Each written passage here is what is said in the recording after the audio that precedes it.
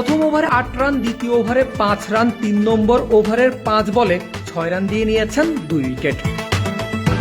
হায়দ্রাবাদের বিধ্বংসী সব ব্যাটারদের বিপক্ষে এমন হারকিপ্টে বোলিং করে ধোনির বাহবা পাওয়া এবং উস্তাদের মার শেষ বেলায় উক্তি মেনে শেষ ওভারে 2 উইকেট তোলা।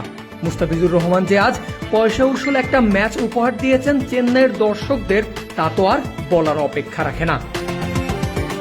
1 ওভার হাতে রেখেই দলকে জিতিয়েছেন।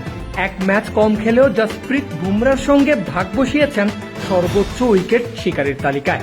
সর্বোপরি নিজের খেলা শেষ ম্যাচের পর ফিরেছেন শক্তিশালী হয়ে। চেন্নাইয়ের 212 রানের পুঁজির ম্যাচে বোলিং করতে এসে প্রথম পাওয়ার প্লে শেষ ওভারে মুস্তাফিজের হাতে বল তুলে দেন সিএসকে ক্যাপ্টেন ঋতুরাজ। আর ফিজ এসে প্রথম বলেই পেয়েছেন পানিশমেন্ট, হজম করেছেন 4। তবে বাকি 5 বল থেকে আদায় করেছেন 2টা ডট। সিঙ্গেল থেকে এসেছে আরো 4 রান। অর্থাৎ প্রথম ওভারে ফিজ দিয়েছেন 8 রান, পাননি কোনো উইকেটের দেখা।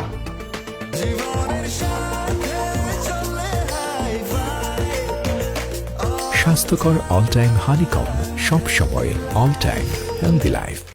তবে এর আগেই হায়দ্রাবাদের টপ অর্ডার নড়বড়ে করে দিয়েছেন তুষার দেশপান্ডে। প্রথম 5 ওভারের মধ্যে বল করেছেন 2 বার, তুলে নিয়েছেন ট্রাভিস হেড, অভিষেক শর্মা আর ব্যাটিং স্পেশালিস্ট হিসেবে নামা আনমোলপ্রীত সিংহের উইকেট। আর তাতেই টুর্নামেন্ট জুড়ে জ্বলতে থাকা সানরাইজার্স হায়দ্রাবাদের ব্যাটিং তাণ্ডবে নেমে আসে ধীরগতি।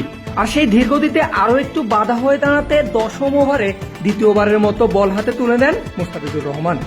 এবার এসেছেন আগের চেয়েও আরো বেশি কিটকে হয়ে। প্রথম 2 বলে ব্যাটারকে রানের কোনো সুযোগে দেননি, তুলে নিয়েছেন 2 ডট।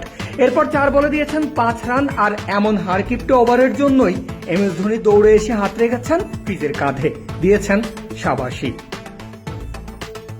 বলার অপেক্ষা রাখে না, ফিজের বাকি ওভারগুলো জমা রাখা হয়েছে ডেথের জন্য। তবে বল করেছেন আর 1 ওভারই। 19 নম্বর ওভারে এসেই হজম করেছেন 4। কিন্তু পরের বলে ব্যাটারকে আর ফ্রিজেই থাকতে দেননি, ডেরেল মিচেলের ক্যাচ বানিয়ে পাঠিয়েছেন সাজঘরে। প্রথম 2 ওভারে উইকেট খরায় থাকা ফিজ তো আর এখানেই থামবেন না, ওই ওভারেই তুলে নিয়েছেন আরো একটা উইকেট। ততক্ষণে তার দলও জিতে গেছে। 2 ওভার 5 বল অর্থাৎ 17 বল করে মুস্তাফিজ এদিন দিয়েছেন মাত্র 19 রান।